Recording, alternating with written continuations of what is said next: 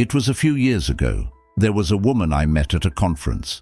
She was in her 50s, had a few grey hairs, and her makeup was quite ordinary. When she walked into the room, no one turned to look at her. But the moment she started speaking, the very first words that came out of her mouth, "Hello, I'm Claire."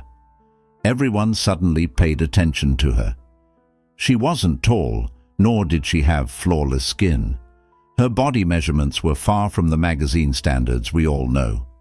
Yet for some reason, once people saw her, they seemed unable to forget her. That day, I asked myself, how is this possible? Of course, over the years, I've had countless conversations with hundreds of different women. I've done some work in style consulting, as well as discussions on visual identity, and I've read a great deal of research on the subject. Based on these findings, I've identified the following. Many women are constantly striving to enhance their beauty. What I mean is, by using more products, choosing more colors, and putting in much more effort. But here's the reality. True beauty, the kind that truly captivates and lasts, often comes from subtracting certain things. In other words, it comes from fully letting go of bad habits and persisting in what's right. Throughout this video, I'll be sharing 10 daily, highly effective habits with you. These are definitely not just 10 tips for looking beautiful. They're actually about how a woman carries herself and looks. In other words, perfectly reflecting who she truly is on the outside. I highly recommend watching until the end, because especially in points 7 and 8, there are some things many women do every day without even thinking about them, and they'll likely remind you of yourself. If you'd like, let's start with the first point right away. 1. When choosing your outfit, your top priority should be that it fits your body, not the brand. Just imagine this. An expensive outfit that doesn't fit you will always look worse than a cheap one that fits your body perfectly. This point is so clear, it's practically beyond debate. Yet, unfortunately, all my observations show that thousands of women do the exact opposite every day. They look at the label first, then the price, then the brand, and they don't really care how it looks on them because they aren't looking in the mirror. Or let me put it this way. They look in the mirror, but don't fully accept what they see. Here's the reality. Body measurements can change over time.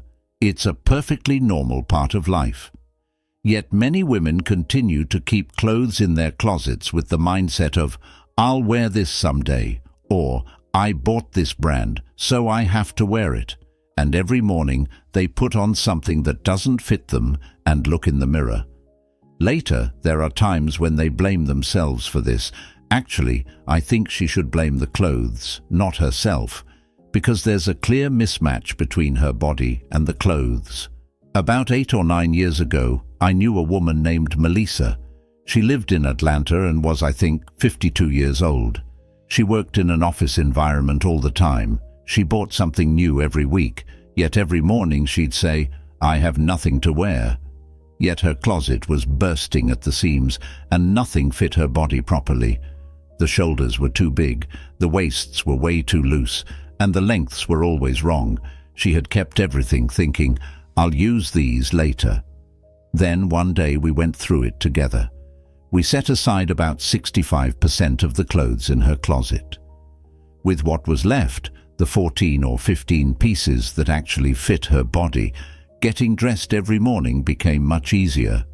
As a result, Melissa started looking better and gained more self-confidence. To give an example, if the shoulder seam fits perfectly, the waist is accentuated just right, and the length is correct, that piece of clothing, no matter the brand, will do a great job of making you look good. Or, if we imagine the opposite scenario, if nothing fits right, no matter the label, it won't make you look good. After all, the brand doesn't carry you. What carries you is how well the clothes fit you. I'd also like to add this. Figuring out your body type is actually a one-time task. Do I have broad shoulders or wide hips? Do I want to emphasize my waist more? Do I want to look taller? Once you've clarified these points, you'll start asking the right questions when you go shopping and make more informed purchases. Go through your closet today and look at each item one by one. In fact, here's what I'd suggest. For every piece of clothing, ask yourself this question. Was this garment made for my body, or am I trying to fit into it? If the answer is the latter, I recommend re-evaluating your relationship with that piece. Trim down your wardrobe a bit and try to stick to what truly suits you. By the way, liking the video and subscribing to the channel is the biggest support you can give me. If you found the video helpful, don't forget to hit the hype button. This small gesture really helps the video reach more people. 2. Make an effort to make your perfume a part of your identity. Some women, even after leaving a room, still seem to be there because of their scent. If you've ever experienced this, you know exactly what I mean. For example, someone leaves, but their scent lingers in the air, and you find yourself thinking about them, even if you don't want to. Because scent, as we know it, manages to sneak into your memory without asking permission. This phenomenon is definitely no coincidence. Scent has a direct connection to the brain's memory and emotion center, the limbic system. Unlike other senses, it first reaches the emotional center, and consciousness quickly follows. That's precisely why a perfume can easily bring you to someone's mind, even years later. In fact, the difference between using it intentionally and spraying it randomly isn't just an aesthetic one. It's a very strategic choice. Additionally, having your own signature scent definitely establishes an identity. That is, a scent you can say, "This is me." One that clearly defines you, one that may shift slightly depending on the setting or season, but remains consistent at its core. Some women may never have thought about this. They might simply use whatever scent comes to hand. Or they might spray on gifts they receive, or tend to buy perfumes on sale at the store. However, this means they're wearing a different scent every time, and as a result, they can't build a scent-based identity. So, how exactly can you find the scent that truly reflects you? First, I want you to know this. Don't rush. Don't buy the first one you like in the store, and don't try to test multiple scents at once, because scent fatigue is a real thing. Especially after the third or fourth perfume, your nose can no longer perceive scents accurately. Apply one or two to your wrist, then step out of the store and wait a few hours. The scent may have a different effect on you than it did in the bottle, because your skin's pH level, moisture content, and even your diet are factors that influence how the scent settles on you. For this very reason, a perfume that smells absolutely amazing on your friend might turn into something completely different on you. I'd also like to add this. Where you apply the perfume is a very important factor. Especially pulse points, the inner wrists, inner elbows, are areas where heat is higher, so they help the scent spread more effectively. Applying it to your hair is one of the areas where the scent lasts the longest throughout the day. I also recommend applying the scent sparingly, because the scent should be noticeable when someone gets close, not when they're right on top of you. Too much perfume creates an overwhelming situation.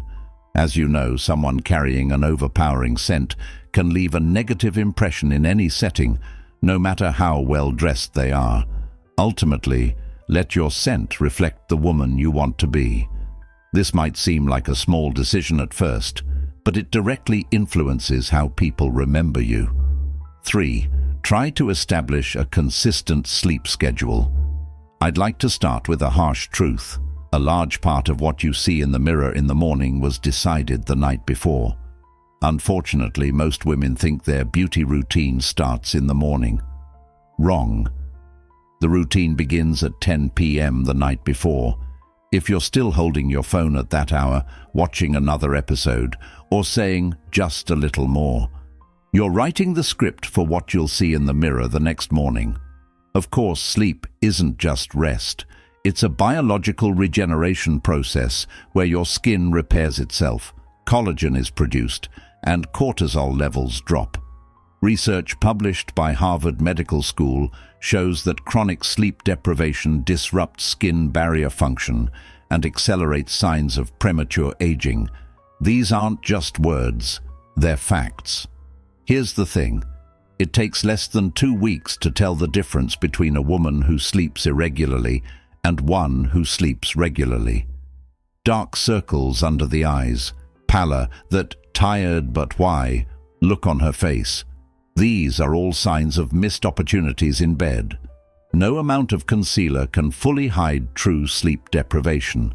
After a while, the skin absorbs that fatigue into the tissue, and at that point, things get even harder. How many "I'll go to bed early tomorrow" days do you have in your life right now?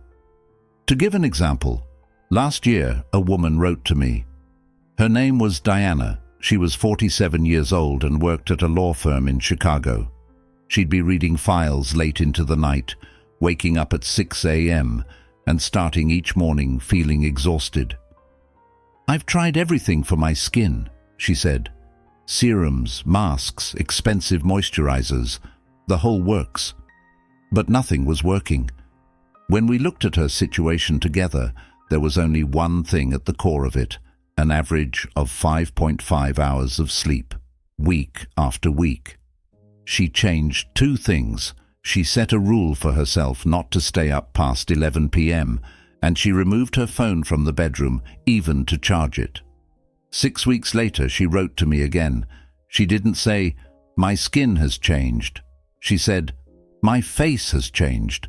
That was the exact difference. In addition to these, choose a sleep window between 10:30 p.m. and 11 p.m. and stick to it, even on weekends. When you say "just a little more" on Sunday night, you'll pay the price in the mirror on Monday morning. Keep your phone out of the bed. Screen light suppresses melatonin. It doesn't keep you from sleeping, but it prevents deep sleep. The difference is significant. Without deep sleep, growth hormone isn't released. Without growth hormone, the skin doesn't repair itself. The chain is that short and that clear. Also, keep your room cool. 18 to 20 degrees is ideal. Keep it dark. Stay away from noise.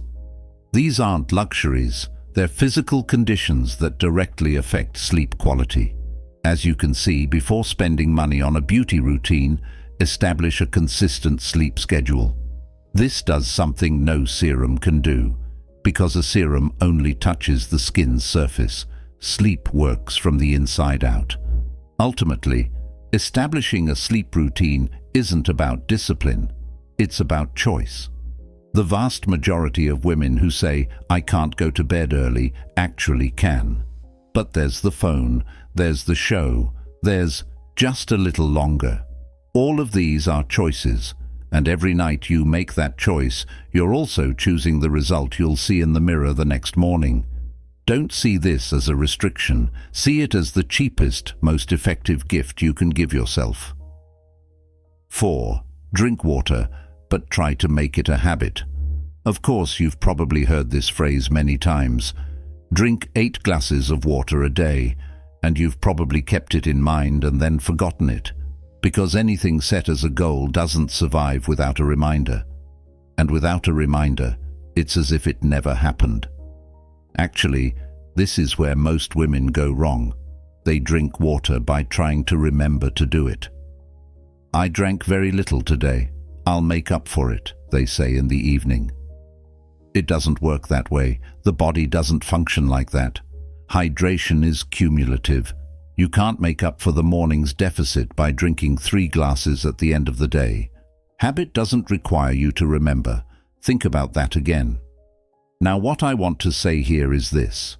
Make your first action in the morning, before you even brew coffee, to drink a glass of water, a large glass, cold or room temperature, it doesn't matter.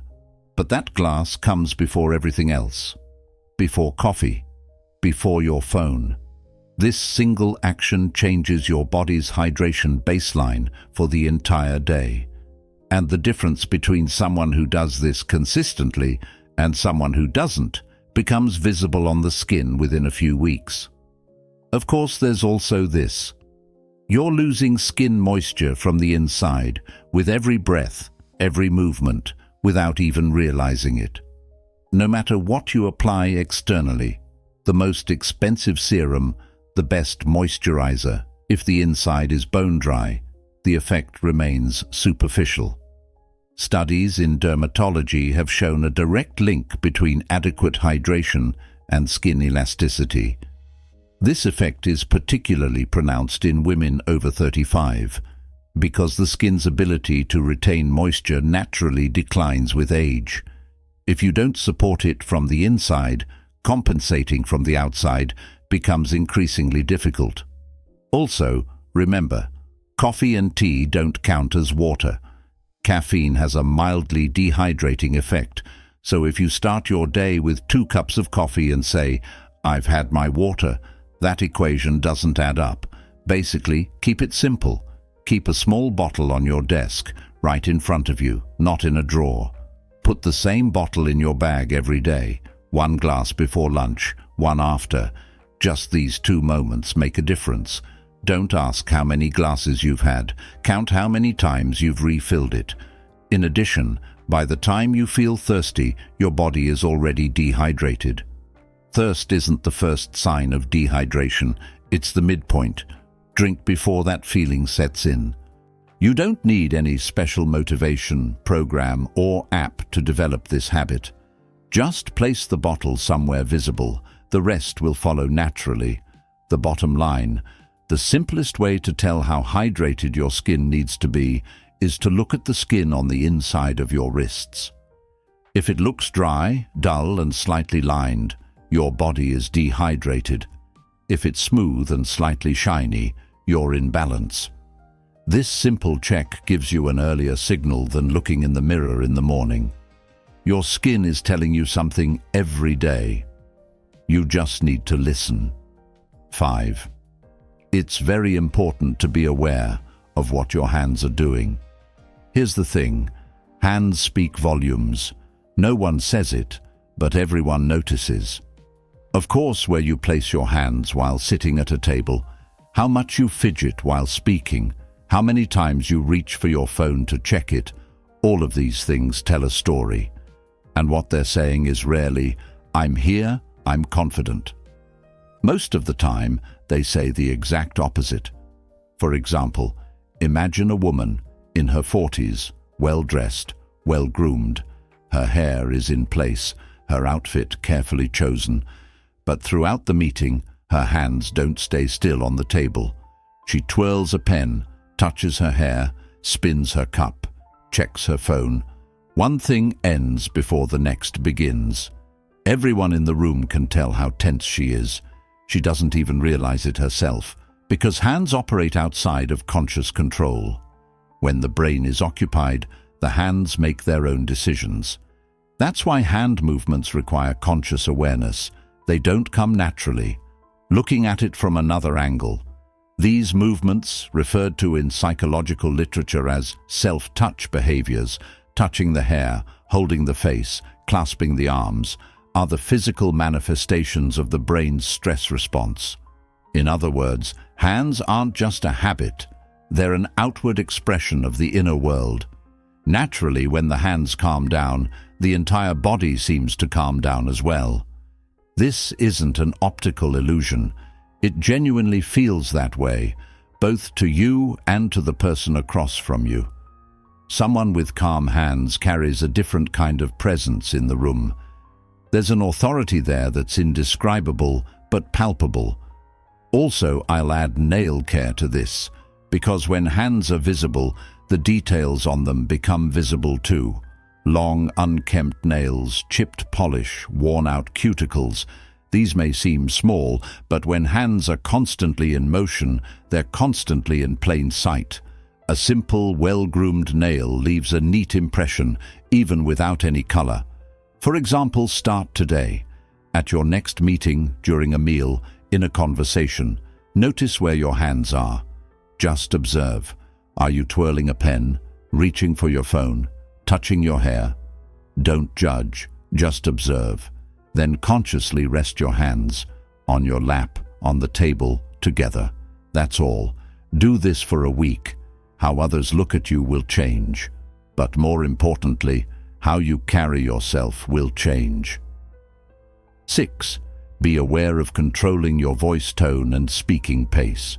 Before diving into this crucial point, let me clarify. This item isn't on most people's lists.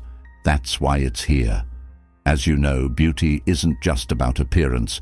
When I say this, some people say, "Of course," but then they keep focusing only on their looks. Yet a woman with a nervous, high-pitched and fast-talking voice leaves a different impression no matter how carefully she dresses. That impression is often insecure, uncontrolled, or overwhelming. No one will say this to your face, but the feeling remains.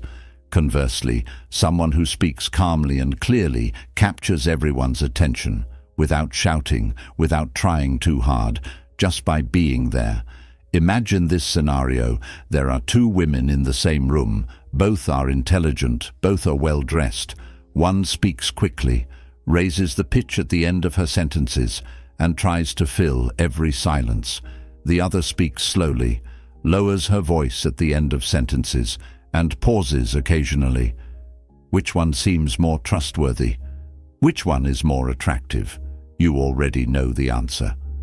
I also want to mention that communication studies conducted in the US show that people who speak slowly and clearly are perceived as more trustworthy and more attractive than those who convey the same content quickly.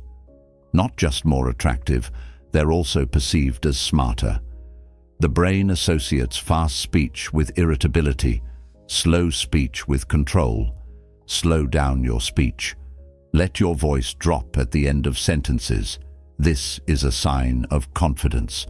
Raising your voice at the end of sentences sends a signal that you're seeking approval. Are you aware of whether you do this or not? Most women don't even do it. Automatic.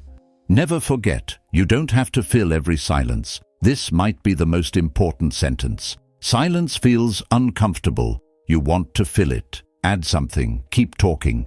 But the person who can withstand that silence is the strongest person in the room. Wait a second before answering a question. Think, then speak. This isn't weakness, it's grace. And the person across from you will sense it. In addition to this, tone of voice is a separate issue. A high-pitched, shrill voice makes it hard to be taken seriously, no matter how right you are. It's unfair, but it's true. Try to consciously lower your voice a bit. Use your diaphragm. Speak from your diaphragm, not your chest. Think of it as an exercise. It changes with practice. Start applying this today. In your next phone call, speak a bit slower on purpose. Fill the silences a little less. Let the ends of your sentences trail off. At first, it'll feel unnatural. That's normal. Every new habit feels unnatural at first. Then, it becomes you. You'll feel the difference yourself, and the way the person across from you looks at you will change. Ultimately, there's another area just as important as phone calls and face-to-face conversations. Moments of debate. A woman whose voice rises, speeds up, and becomes sharp, even if she's right, loses in that moment. Because the person across from you is no longer processing what you're saying, but how you're saying it. Voice control truly proves its worth when tested there. Staying calm isn't a sign of weakness. Being able to control your voice even in the toughest moment is the strongest move in that room. 7. Not underestimating lip and dental care is a huge advantage. Here's the reality. The first thing people notice on your face isn't your eyes. Research clearly shows this. The gaze traces a triangle on the face, one eye, the other eye, the mouth. A constant cycle. It moves back and forth between the eyes and the mouth. And a woman who neglects the bottom point of this triangle unknowingly weakens the focal point of her entire appearance. Of course, dry, chapped lips, yellowed or neglected teeth, these aren't seen as natural but as neglect. No one will say this to your face. But the brain makes this interpretation automatically in the first second without even realizing it. The difference is huge. In fact, a lip balm is a small thing. You can carry it in your bag, keep it on your desk, or have it by your bedside. But when used consistently, it completely transforms your lips. Applying lipstick to chapped, peeling, colorless lips is like painting over a bare canvas. If the base isn't prepared, the result will never be what you want. Moisturizer first, then color. To give an example, apply a thick layer of lip balm before going to bed at night. You'll see the difference in the morning. There are very few things in a skincare routine that provide such simple, immediate results. Dental care, on the other hand, is a long-term commitment. But long-term isn't an excuse to put it off. What's usually at the top of the list of postponed appointments? Teeth. Why? Because there's no pain, no urgency, so the brain doesn't prioritize it. But the consequences build up over time. Yellowing, neglected teeth develop slowly, and then suddenly you ask, how did this happen? Get a cleaning every 6 months. If you want whitening, consult a professional. Home products usually only work on the surface and can cause enamel sensitivity. Getting the wrong results from the wrong product is sometimes worse than not starting at all. I also want to say this: a smile is the most powerful accessory you can wear. A genuine, relaxed, uninhibited smile. No makeup can replace that. But a woman who isn't confident about her teeth doesn't smile fully. She covers her lips, pulls them back, holds herself back. And that restraint is felt by the person across from her, even if they don't fully realize what it conveys. Of course, when you apply lipstick, you're applying it over a moisturized base. When you smile, you're showing something well cared for. These two small areas do far more than the rest of your makeup. Prepare the base first. It's especially important to keep this in mind. Lip and dental care become increasingly important as we age. If you neglect them at age 25, the effects may not be visible. But in your 40s and 50s, the same neglect leaves much more noticeable marks. Lips thin out, their color fades and lines deepen. Teeth yellow, and gums recede. These changes aren't inevitable, but they can be slowed down with early and consistent care. So starting today is an investment in how you'll look in the mirror 5 years from now. Keep that in mind. Bottom line, this is one of the areas where you get the most bang for your buck. Lip balm costs just a few dollars. Brushing your teeth regularly is free. A dentist visit every 6 months often yields far more visible results than hundreds of dollars spent on skincare. Beauty doesn't always have to be expensive, but it always requires attention. These two things are not the same. 8. Stop turning. Every glance in the mirror into a battlefield. First, let me say this. This isn't the final point. It's the spirit of this list. I suspect this is the point where I'll face the most resistance, because many women mistake that critical voice for realism. I'm just being honest with myself, they say. But there's a difference between honesty and aggression, and many women lose sight of that difference when they apply it to themselves in the mirror. I want to ask this: how many women look in the mirror in the morning and make a list of flaws? How many women start their day carrying that list silently? Dark circles, weight, skin, hair, and it's not even 7:30 a.m. yet. The day isn't over, but the body is already exhausted. This way of thinking truly ruins your appearance, and that's not a metaphor. Cortisol affects the skin, tension settles on the face, and fatigue shows in your posture. What makes what you see in the mirror look worse is sometimes the very reaction you have to what you see. Right here, I'll tell you about a woman. Her name is Ruth. She's 58, has 2 adult children, started her own small business after working for many years, and lives in Seattle. She's never neglected her self-care, well-groomed hair, well-maintained skin, and always dressed with care. But every time she looked in the mirror, something inside her was speaking at the lines on her face, her neck, her changing body. "I'm not what I used to be," she kept saying, and that sentence cast a shadow over everything else. People looked at her and saw a well-groomed, elegant woman. She looked at herself and saw something missing. Both were true at the same time, but only one carried her. The critical instinct is always at work. This is normal, this is human, but it takes her away from being a single voice. For example, every time you look in the mirror, ask yourself a question. What's working today? Is it your hair, your posture, the expression in your eyes, your hands? Something must be working, but seeing that thing is also a habit. And this habit is just as much something to be learned as the other. This isn't naive positivity. Positivity means everything is great. This, however, is about choosing where to direct your attention. The difference is huge. If we look at it from another angle, a study conducted in the US measured what women thought about themselves in the 30 seconds after looking in the mirror and found that over 70% of those thoughts were negative. 70. 7 out of every 10 glances end with a criticism, and this criticism reflects in the way you carry yourself, your tone of voice, and how you enter a room. In essence, beauty isn't perfection. It's how you carry yourself. And how you carry yourself is shaped, first and foremost, by how you look at yourself. When you turn the mirror into a courtroom, you always walk out as the defendant. But when you use the mirror as a starting point, when you ask, "What do I have today, and what can I do with it?"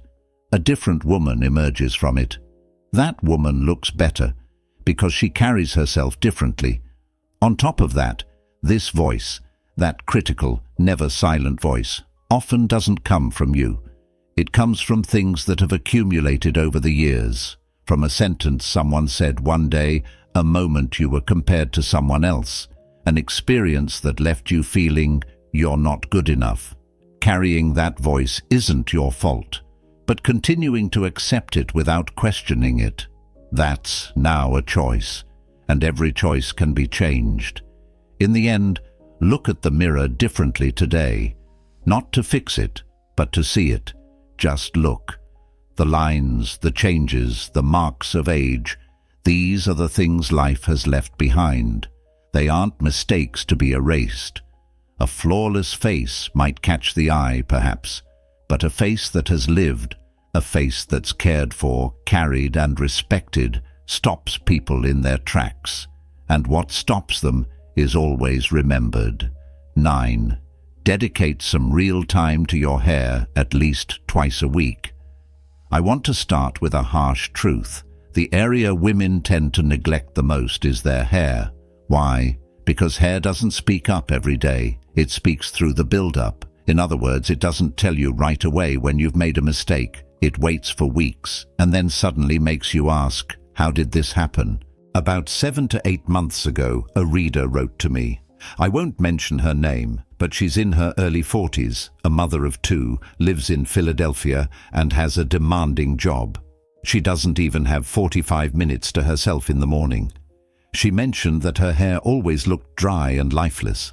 She'd been using the same shampoo for years, occasionally applying conditioner, but the results never changed. "This is just how my hair is," she said, as if it were a matter of fate. We looked at it together. She washed her hair every day. She blow-dried it with hot air every day. She never used a deep conditioning treatment. The same routine, summer and winter, never changing. So she touched her hair every day, but never actually cared for it. Actually, that's exactly the difference. Touching and caring for your hair are not the same thing. Washing it every day isn't care. It's often the exact opposite. You strip the scalp of its natural oils every day, then the hair produces more oil to compensate, so you wash it more. It's a vicious cycle, and while trapped in this cycle, your hair never truly gets a chance to breathe.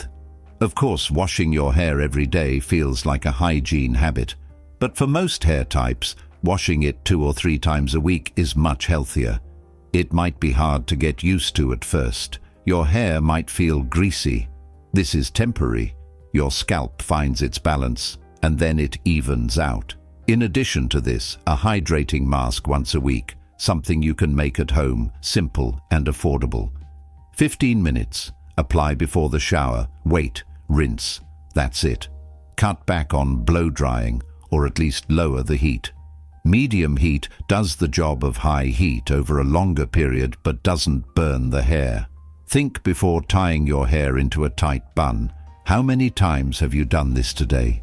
Hair that's constantly pulled from the same spot breaks. This is mechanical damage and it's preventable. That reader wrote back 2 months later. She didn't say, "My hair has changed." She said, "I've come to know my hair." She had learned which days it got oily, how it reacted to which masks, and what it needed, and her hair had responded accordingly. I also want to say this. Hair is the area where thoughtful care yields the fastest feedback. Sleep and nutrition take weeks to show results. Hair transforms in 2 months. That's a short time, but only if you consistently do the right things. Also, hair color and style are part of this equation. Many women stick with the same cut and color for years. Not because it suits me, but because I'm used to it. Habit and what suits you are not the same thing. Facial features change, skin tone changes, age changes, but the hair stays the same. Ask yourself at least once a year, does this hair reflect who I am right now or who I was 5 years ago? If the answer gives you pause, it's time to consult a professional. Never forget, the time you spend on your hair isn't a waste, it's an investment. But like any investment, it needs to be made in the right place. Expensive products don't work when combined with bad habits. Cheap but effective routines, on the other hand, make a difference in just a few weeks. What is your hair telling you right now? Listen, because it's been trying to tell you for a long time. 10. It's not about loving yourself, it's about showing yourself respect. When I started this post, you might have thought I was going to say, love yourself. No. Sure, loving yourself is an abstract concept. It's hard to feel, impossible to measure, and often sounds like an empty phrase. But showing yourself respect is concrete. It shows in your actions, in daily decisions, small choices, and what you do when no one is watching. Actually, respect means this. You don't cancel your appointments, including the ones you make with yourself. You stick to your sleep schedule. You take off and throw away clothes that don't make you feel good. You don't check your phone while eating and leave yourself feeling incomplete. These may seem like small things. They're not. The sum of these actions over time either builds or destroys the sense of self-worth you carry within you. For example, consider a woman. Her name is Grace. She's 44, lives in Houston, and has spent her life caring for others. First the children, then her elderly mother, then her job.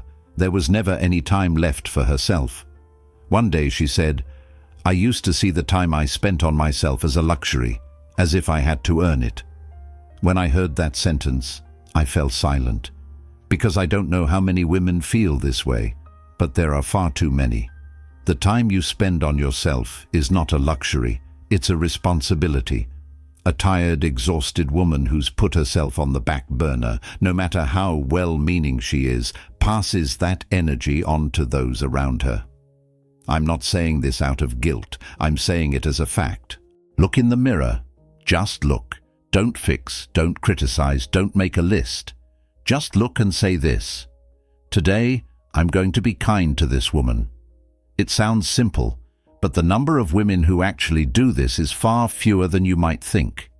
You can be that woman, not tomorrow, today. And I want you to know this clearly. Showing yourself respect doesn't require perfection. You don't have to get everything right every day. Sometimes your sleep schedule will be off. Sometimes you'll skip a routine. Sometimes you'll look in the mirror and hear that old voice again. That's not failure, that's life. What matters isn't avoiding a fall, but how you treat yourself after you fall. Do you get back up by punishing yourself or by saying, "Okay, I'll try again tomorrow"? That small difference shapes your character over time. By the way, at the end of my conversation with Grace, she told me this: learning to treat myself well is actually learning to treat everyone else better. I didn't fully understand that at the time. Then I understood. A woman who respects herself doesn't need others' approval. A woman who doesn't need others' approval is free. And a free woman, whether she's dressed simply without makeup or even on a tired day, makes a difference the moment she walks into a room. Because what she carries is visible. It's always visible. After these 10 points I've mentioned, I'd like to offer a very brief summary. Maybe you thought, I can try this tomorrow regarding some of them, or brushed them off by saying, I already knew that. I understand all of that, it's perfectly normal. But I want you to realize that the gap between knowing and doing is exactly what clearly determines whether your life changes or not. Who knows? Maybe the hardest part isn't accepting what you see in the mirror, but accepting that you can change it. Remember, beauty isn't a destination. It's the sum of small, consistent decisions made anew every morning. The fact that you're watching this video right now already means a lot. Now go to the comments and write down the item from this list that surprised you the most, or that you're thinking of trying, even if it's just one word. Because writing is actually a commitment, and it's the first step toward that journey. Later, you can save this video and watch it again in a month. When you see what has changed and what hasn't, the answers will surprise you. If this video made you feel even a little something, leaving a like and subscribing to our channel would mean the world to me. Because here, we're not just sharing videos. Together, we're taking small steps toward a stronger, more mindful, and better life. Don't put off taking care of yourself, because the most valuable power you have on this journey is yourself. Every new morning offers a quiet invitation to start anew. Accepting that invitation begins with a tiny step you take today. See you in the next video. And remember, the person who will change the course of your life isn't someone else. It's you. You are the architect of your own story. Take action now, because a better version of yourself is waiting for you.